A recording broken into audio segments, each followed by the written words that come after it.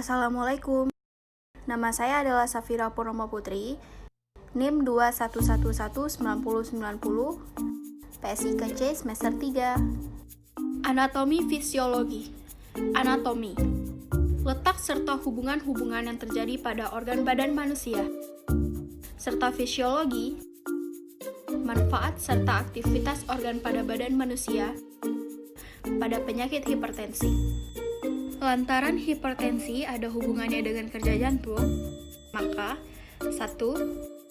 Ukuran serta bentuk. Jantung alat untuk memompa darah supaya bisa menyalurkan semua isi badan memiliki ukuran kecil dibanding ginjal maupun lambung. Ukuran jantung cuma berkisar sebesar kepalan tangan pemiliknya. Organ jantung dengan wujud kerucut tumpul yang memiliki 4 ruangan serta ada di antara kedua paru-paru di dalam rongga toraks. 2. Pelapis. Posisi jantung tertutup oleh paru-paru. Hal semacam ini pasti sangatlah berguna. Lantaran paru-paru mempunyai rongga yang kuat, maka jantung mempunyai posisi yang aman. Pelapis yang ada pada jantung yaitu susunan perikardium atau fibrosa serta serosa, yakni berbentuk kantong ganda yang dengan cara fleksibel dapat membesar maupun mengecil. Perikardium ini berperan untuk membungkus jantung dan pembuluh darah besar. 3. Dinding jantung.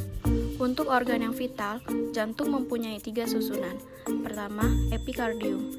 Susunan ini terdiri atas susunan beberapa sel mesotelial yang ada di bagian atas jaringan ikat. Kedua, miokardium. Susunan ini terdiri atas jaringan otot jantung yang melakukan kontraksi untuk memompa darah. Kontraksi miokardium menghimpit darah keluar ruangan menuju ke arteri besar. Ketiga, endokardium. Tersusun atas susunan endotelial yang melapisi sisi pembuluh darah serta masuk juga meninggalkan jantung. Hal pertama yang perlu kita kenali yaitu 1. Jantung. Jantung yaitu organ utama yang perlu senantiasa kita jaga kesehatannya. Jantung terdapat di dada semasing orang. Besarnya seputar 1 kepalan tangan. 2. Arteri. Arteri adalah tabung yang ada pada badan manusia. Tabung itu senantiasa dialiri oleh darah manusia. Darah yang dialirkan yaitu darah yang menuju ke jaringan dan organ manusia. Arteri sendiri terbagi dalam berbagai macam lapis. Susunan itu terbagi dalam susunan yang licin. Tak hanya susunan yang licin, ada susunan tengah yang disebut dengan jaringan otot yang terbagi dalam aorta yang memiliki cabang-cabang yang besar. 3. Arteriol. Arteriol adalah pembuluh darah dengan ciri-ciri memiliki dinding otot polos serta dinding yang tidak tipis. Di luar itu, dinding otot ini adalah dinding otot yang dapat berkontraksi. Kontraksi pada dinding otot itu bisa mengakibatkan kontraksi diameter pada pembuluh darah. Patofisiologi. Mekanisme yang mengontrol konstriksi dan relaksasi pembuluh darah terletak di pusat vasomotor pada medula dari otak. Dari pusat vasomotor ini bermula jarak saraf simpatis yang berlanjut ke bawah ke chorda spinalis dan keluar dari kolumna medula spinalis ganglia simpatis di toraks dan abdomen. Rangsangan pusat vasomotor dihantarkan dalam bentuk impuls yang bergerak ke bawah melalui sistem saraf simpatis ke ganglia simpatis. Pada titik ini, neuron preganglion melepaskan asetilkolin yang akan merangsang serabut saraf pasca ganglion ke pembuluh darah, di mana dengan dilepaskannya norepinephrine mengakibatkan konstriksi pembuluh darah. Berbagai faktor seperti kecemasan dan ketakutan dapat mempengaruhi respon pembuluh darah terhadap vasokonstriksi. Pada saat bersamaan, di mana sistem saraf simpatis merangsang pembuluh darah sebagai respon rangsang emosi, kelenjar adrenal juga terangsang, mengakibatkan tambahan aktivitas vasokonstriksi. Vasokonstriksi yang mengakibatkan penurunan aliran ke ginjal menyebabkan pelepasan renin, rang yang merangsang pembentukan angiotensin 1 yang kemudian diubah menjadi angiotensin 2, suatu vasokonstriktor yang dapat merangsang sekresi aldosteron oleh korteks adrenal. Hormon yang menyebabkan retensi natrium yang menyebabkan peningkatan intravaskuler, semua faktor yang cenderung mencetus keadaan hipertensi. Tanda dan gejala. Baiklah, untuk tanda dan gejala hipertensi yaitu 1. Sakit kepala, 2. epitaksis, 3. Rasa berat di tengkuk, 4. Mata berkunang-kunang, 5. Mual, 6. Muntah, 7. Kelemahan atau letih, 8. Sesak napas, 9. Kenaikan tekanan darah dari normal, 10. Penurunan kekuatan genggaman tangan, dan 11. Pandangan mata kabur atau tidak jelas. Baiklah, ini untuk gambar patoplo hipertensi. Perkenalkan, nama saya Muhammad Irfan Habibi, NIM 2111911. Assalamualaikum warahmatullahi wabarakatuh. Perkenalkan, nama aku Ainuntia Septianingrum, NIM 2119095. Penyebab hipertensi. Hipertensi terdiri atas hipertensi primer dan sekunder. Hipertensi primer tidak diketahui penyebabnya secara pasti, sedangkan hipertensi sekunder umumnya disebabkan oleh berbagai kondisi seperti penyakit ginjal, kehamilan, penyakit kelenjar tiroid, tumor kelenjar adenal, kelainan bawaan pada pembuluh darah, kecanduan alkohol, penyalahgunaan nafsa, gangguan pernapasan yang terjadi saat tidur. Konsumsi obat-obatan tertentu seperti obat penurun panas, pereda rasa sakit, obat batuk pilek, atau pil KB. Sebagian besar penderita hipertensi primer yang tidak diketahui penyebabnya. Beberapa faktor yang dapat meningkatkan resiko seseorang menderita hipertensi antara lain usia, keturunan, obesitas, terlalu banyak makan garam, atau terlalu sedikit mengkonsumsi makanan yang mengandung kalium, kurangnya aktivitas fisik dan olahraga, serta merokok. Perkenalkan, nama saya Aurelia Melansa Putri, NIM 2111994. Komplikasi yang pertama itu stroke, 2. Sindroma koroner akut atau SKA, 3. Perubahan gambaran funduskopi atau pendarahan retina dan papilledema, 4. Mikroaipati dan koagusi intravaskuler, 5. Gagal jantung akut, 6. Gagal ginjal akut, 7. Diseksi aorta, iskemik miokard, 8. Preeklamsia pada ibu hamil, 9. Konseptif, 10. Angina pectoris, 11. Kerusakan pada mata yang menyebabkan gangguan penglihatan sampai dengan kebutaan. 1. Kurangnya pengetahuan berhubungan dengan kurangnya informasi tentang proses penyakit dan perawatan diri. Tujuan klien terpenuhi dalam informasi tentang hipertensi. 1. Jelaskan sifat penyakit dan tujuan dari pengobatan dan prosedur. 2. Jelaskan pentingnya lingkungan yang tenang, tidak penuh dengan stres. 3. Diskusikan tentang obat-obatan, nama, dosis, waktu pemberian, tujuan, dan efek samping atau efek toksik. 4. Jelaskan perlunya menghindari pemakaian obat bebas tanpa pemeriksaan dokter. 5. Diskusikan gejala kambuhan atau kemajuan penyulit untuk dilaporkan dokter. Sakit kepala, pusing, pingsan, mual, dan muntah. 6. Diskusikan pentingnya mempertahankan berat badan stabil.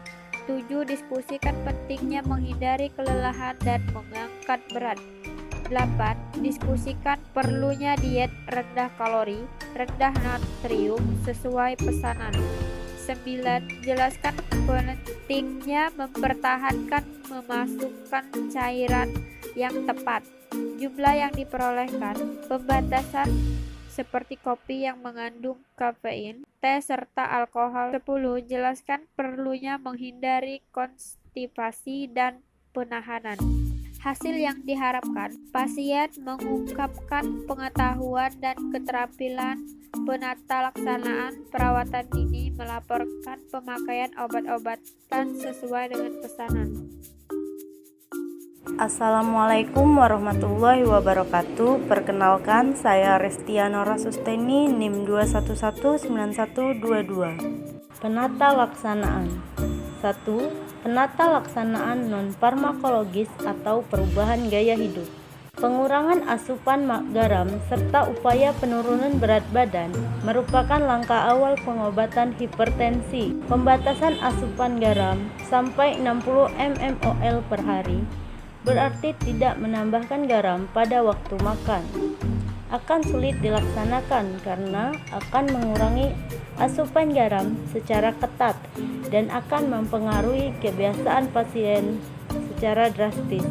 Pada beberapa penyelidikan, didapatkan bahwa diet rendah lemak jenuh dapat mengurangi risiko penyakit kardiovaskular. Dengan melakukan aktivitas fisik yang teratur, dapat menurunkan tahanan perifer sehingga dapat menurunkan tekanan darah. Perubahan gaya hidup lain ialah hindari faktor risiko seperti merokok, minum alkohol, hiperlipidia, stres. Merokok dapat meningkatkan tekanan darah. Alkohol diketahui dapat meningkatkan tekanan darah, sehingga menghindari alkohol berarti menghindari kemungkinan mendapat hipertensi. Relaksasi seperti meditasi, yoga, atau hipnosis dapat mengontrol sistem saraf autonom, dengan kemungkinan dapat pula menurunkan tekanan darah. 2. Penata laksanaan farmakologis atau pengobatan hipertensi.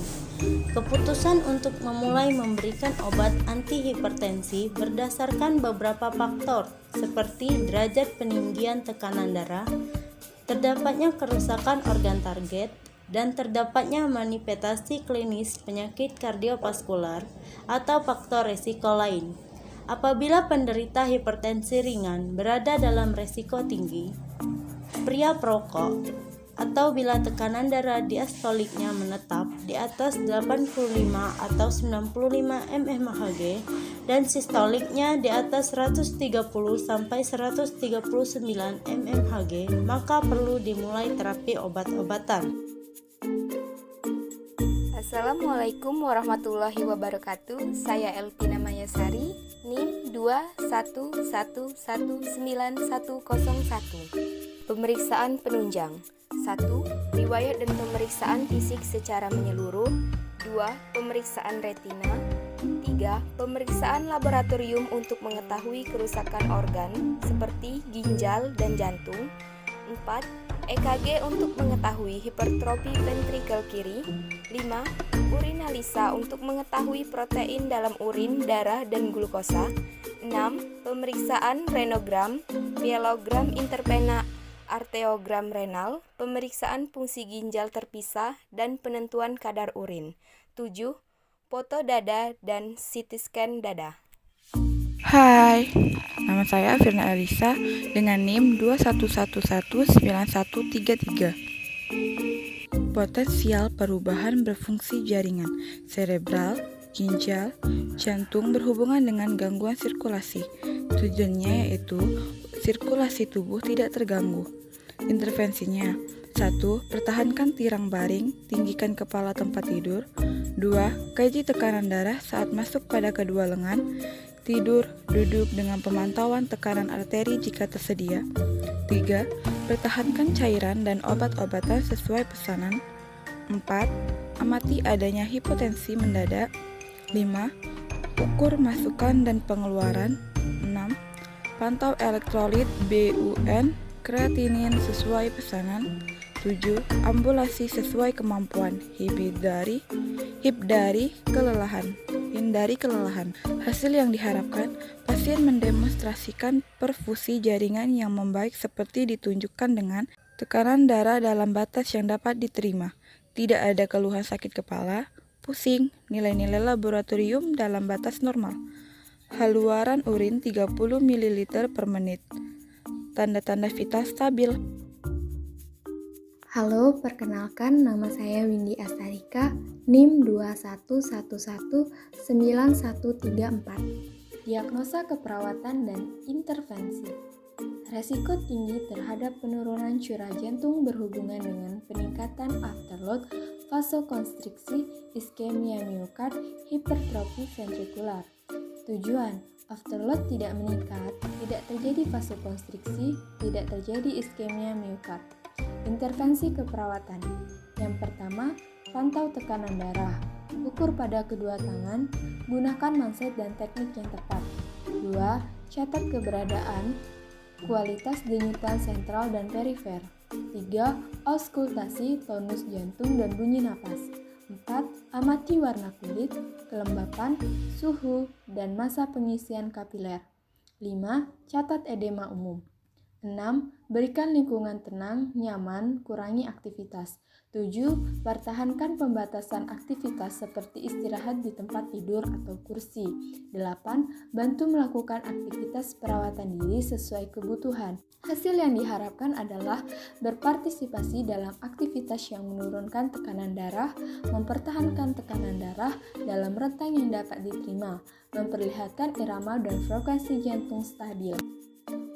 Perkenalkan, nama saya Muhammad Imam Faisal, NIM 21119136. 1. Nyeri sakit kepala berhubungan dengan peningkatan tekanan vaskular cerebral. Tujuannya adalah tekanan vaskular cerebral tidak meningkat. Intervensi keperawatan adalah 1. Pertahankan tirai baring, lingkungan yang tenang, sedikit penerangan. 2. Minimalkan gangguan lingkungan dan rangsangan. 3. Batasi aktivitas. 4. Hindari merokok atau menggunakan penggunaan nikotin. 5. Beri obat analgesia dan sedasi sesuai pesanan. 6. Beri tindakan yang menyenangkan sesuai indikasi seperti kompres es, posisi nyaman, teknik relaksasi, bimbingan imajinasi, dan hindari konstipasi. Hasil yang diharapkan, pasien mengungkapkan tidak adanya sakit kepala dan tampak nyaman.